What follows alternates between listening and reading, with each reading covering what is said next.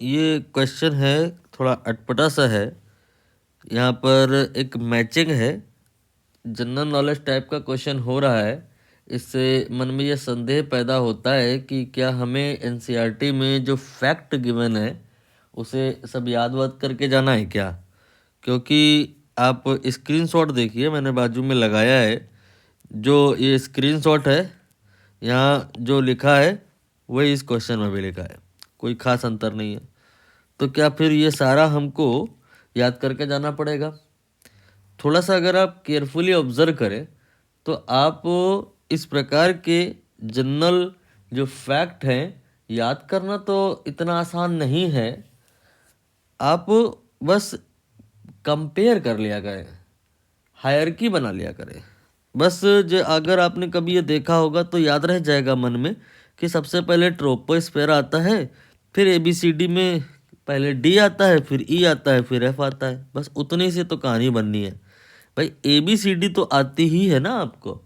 ABCD अगर आती है तो ये क्वेश्चन हो जाएगा।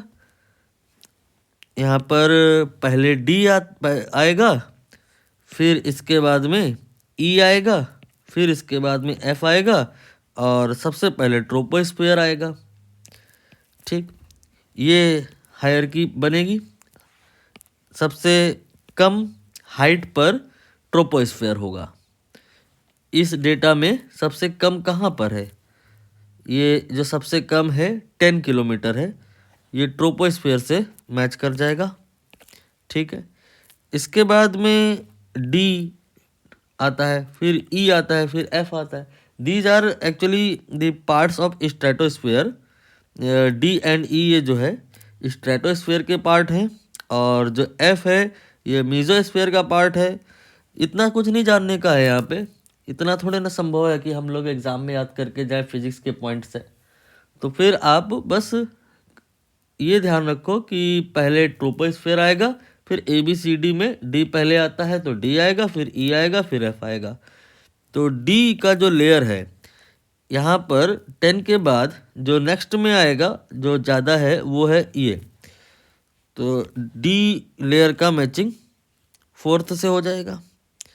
फिर इसके बाद ई जो इससे ज़्यादा हो जाए, 75 से ज़्यादा जो वाली वैल्यू है वो 3rd ऑप्शन में है, वो ई से मैच हो जाएगा। और एफ जो लेयर है वो आपका 170 से मैच हो जाएगा। अब आप चेक कर लो कौन सा सही हो जाएगा। ए की जो मैचिंग है वो 2 से हुई है। इसके बाद में जो बी है उसकी मैचिंग 4th से हुई है।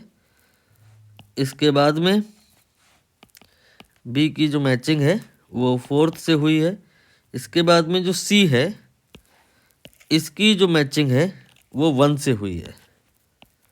ठीक है, आंसर आ गया होगा। डी भी लिख ही लो। डी की जो मैचिंग है वो 3rd से हुई है। अब आप यहाँ पे देख लो A2 B4 B4 C1 C1 D3 D3। तो निष्कर्ष ये है कि आपको इस प्रकार का जो डेटा एनसीईआरटी में गिवन है उसको याद नहीं करना है, बट एक ओवरव्यू लेना है और आपको हायरकी उसकी हेल्प से रियलाइज़ कर लेनी है कि कौन सबसे लोएस्ट पोजीशन पे है और कौन हाईएस्ट पोजीशन पे है।